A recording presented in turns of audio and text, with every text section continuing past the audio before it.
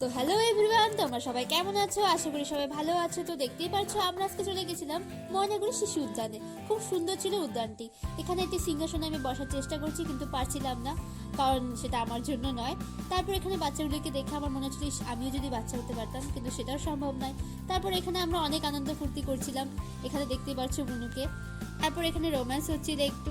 তারপর আমরা অর্ডার করলাম বিরিয়ানি। বিরিয়ানি খেতে খেতে দেখতেই পাচ্ছ আমার বুনু কিভাবে খাচ্ছে। তারপর আমরা চলে গেছিলাম বই মেলায়। না বই কিনতে নাই, এমনি একটু ঘুরতে। তারপরে আমরা খেলাম ফুচকা খাওয়ার পরে আমরা গিয়েছিলাম একটু বাজার করতে।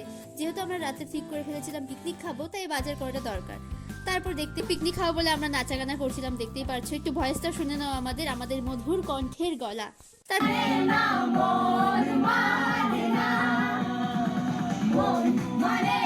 তারপর অনেক নাচানাচি করার পরে আমরা রান্নাবাড়ি করে নিলাম। রান্নাবাড়ি করে খেয়ে দিয়ে বিছানায় এসে ভূতের গল্প শুনছি। আমরা ভূতের গল্প শুনতে থাকি। তোমরা আমাদের চ্যানেলটাকে সাবস্ক্রাইব করে দাও। টাটা।